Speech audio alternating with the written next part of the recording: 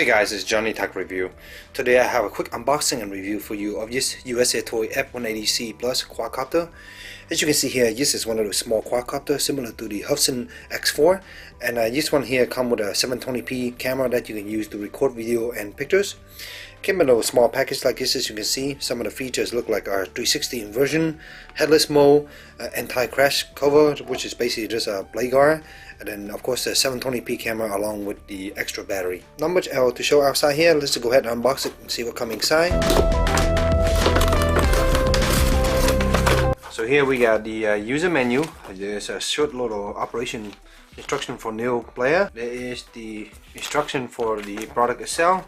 Inside we have some diagram of the controller along with some instruction on how to do different things and how to download the video. So here's all the stuff inside the package. We got the quadcopter itself. Let's take it to the side here for a second.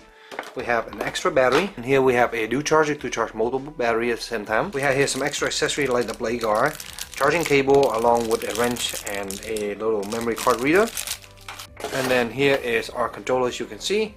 Yep, this is very similar to the X4. In the back we have a battery compartment, look like Take 4 AA.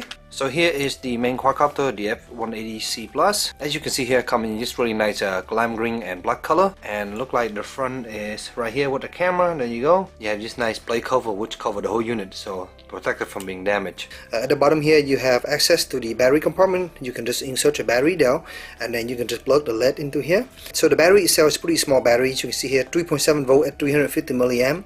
This battery in practice will last you about 7 minutes when you turning everything on. So that means the camera is running and also you're using the quadcopter.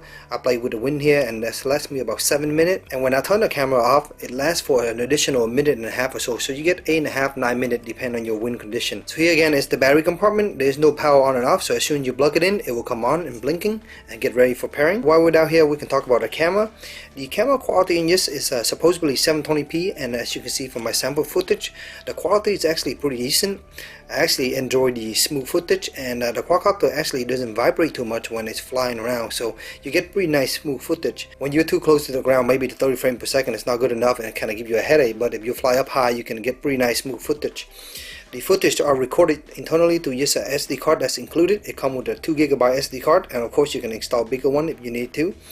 I try as big as 8GB. I didn't go any bigger than that, but I think you can go even higher than that if you wanted to. Anyway, it's a pretty simple quadcopter, as you can see here, and it might be resemblant of the Hudson X4, and that's basically what it is to me. It flies roughly about the same, and the handle and the different control and adjustment, even the controller itself, very similar to the X4 standard. So as you can see here, so it had this nice little design fin, kind of give it that nice characteristic, and there's the camera up front here, of course. Of course, this is not FPV, it's just a standard camera that will record to that memory card, as I stated before. So here is your controller. Your controller, if you turn it on, you will have some information here, especially throttling information. Right now it shows you the lights on, so when you're pairing it, the light can be on and off. You can turn it on and off now. And this button is actually a press down button, so you want to press it down. You got your throttle control here, left and right turning, and then you got your pitch forward, back, and roll left and roll right over here. Down here you have your trim function, and here you have the pictures, and then here's the video. And up top you have the speed control. You have 3 different speed control here you can change. On top here you have the one button for 360 inversion, so you can just press that and then use the stick in any direction, and it will flip the quadcopter 360 degree back on its side again, just like that. So here my area is beginning to be fall already, and there's a lot of leaves outside around my house. And playing this outside is pretty fun. You can see the blade power and how it pushes the leaf around. And the quadcopter itself is actually pretty stable. In really low windy condition, I would say anything less than 5 miles per hour, I think it's going to be pretty stable. Last time I played with this, the wind was a little bit strong, so you can see the quadcopter is drifting a little bit around. You can adjust that with a trim, or you can just manually control the quadcopter. It flies super fast, and if you're in the really high speed mode, it's really fast and responsive. You can go quite far with this quadcopter. I tried going over 100 feet, and it was still good reception with no problem. I did notice that when this quadcopter fall, if it fall over on this end like this, these little thing here will kind of help stop the blade from hitting the ground, but in actuality the blade still touches the ground. So as soon as it fall, you notice you do want to kill the controller so that you don't damage your blade. But using this built-in blade guard, it works quite well, and you can bounce into a lot of different objects, and this quadcopter seems to be pretty indestructible. I have ran into wall of my house, I have run into trees, hit the ground many times, and it seems to work pretty well overall. There's one more thing that's kind of like a tip, and also something bothers me. When you put your battery battery in here and you plug it in together, it will be ready, but then the cable here will be hanging around. So what you want to do is twist it a little bit, plug it in and push it in there. Sometime when this quadcopter fall on the ground, the cable will come out and it will stick out here, and then the blade will actually hit it and it won't move around. You know, you're not going to damage your blade too much, because as soon as it spins, it's going to hit that cable and stop. But yeah, try to tie it up well and put it in here, and just be careful with that lead coming from the quadcopter, because it's solder up down and you don't want to damage that when you're pulling it in and out. This charger here is able to charge 2 batteries at once.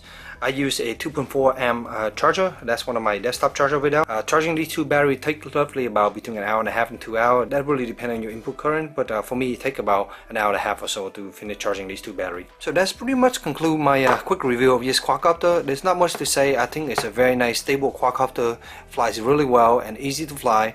This is great for beginner who's trying to learn quadcopter, and you can also fly this indoor, of course, once you learn a little bit of basic, and you can fly it pretty well. I do like the fact that the camera is 720p, and you know, it's pretty nice footage. The only downside I do want to point out is that the sound quality coming from a camera is kind of terrible. Besides the blade noise, it's also made this weird kind of static buzzing noise, which I didn't like. So you can't really use the audio, but the video looks pretty good.